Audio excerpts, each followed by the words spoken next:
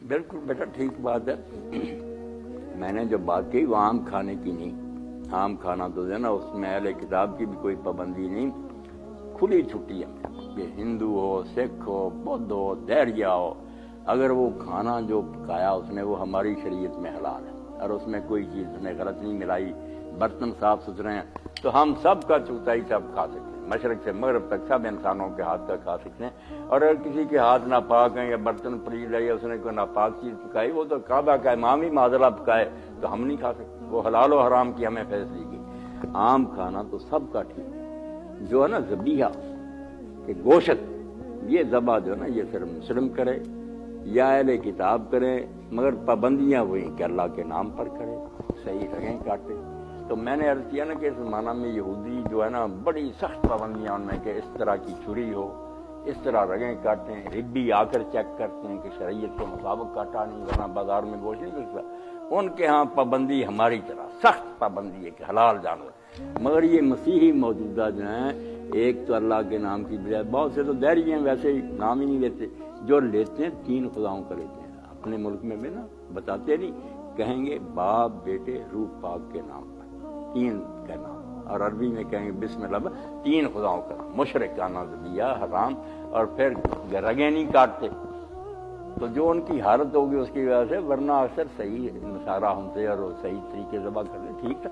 یہودی ہے کر, عام کھانا سب کا ٹھیک کر سکتے ہیں. مگر دیکھیں نا آپ کہ جہاں اللہ تعالیٰ نے یہ اجازت دی ہے کہ تم یہودی اور عیسائی عورتوں سے شادی کر سکتے, تو ایک تو پابندی مسلمان عورتوں کے لیے بھی لگائی, ان کے لیے بھی لگائی کہ محسنات ہونی چاہیے, آوارہ بدماش بدکار عورتیں نہ ہوں, شریف عورتیں ہوں, نیک ہوں. اور دوسری بات یہ کہی کہ خطرے کی گارنٹی بجائی, ڈینجر لکھ لیا کہ اجازت دی ہے تمہیں, کیونکہ ہو سکتا ہے کسی کو محبت ہو کر لے. زیادہ سے زیادہ اہل کتاب تک تم جا سکتے ہو, غیر اہل کتاب تو بہت دور ہے, نہ اللہ کو مانتے ہیں, نہ قیامت کے قائل ہیں, نبیوں کے. ان کے ساتھ کر لو, پاک دامن ڈھونڈو, اور مگر پھر بھی بچو. جیسے فرمایا نا, ان کے مہر دو, چوری چھپے یارانہ نہ لگاؤ. وَمَن يَكْفُرْ بِالْإِيمَانِ فَقَدْ حَبِطَ عَمَلُهُ. اجازت کے ساتھ ہی کہہ دیا کہ اس رشتہ میں پڑھ کر ہو سکتا ہے کہ تم ایمان ہی چھوڑ دو اور پھر کافر ہو جاؤ, یہ لے جائے تمہیں گمراہی کی طرف.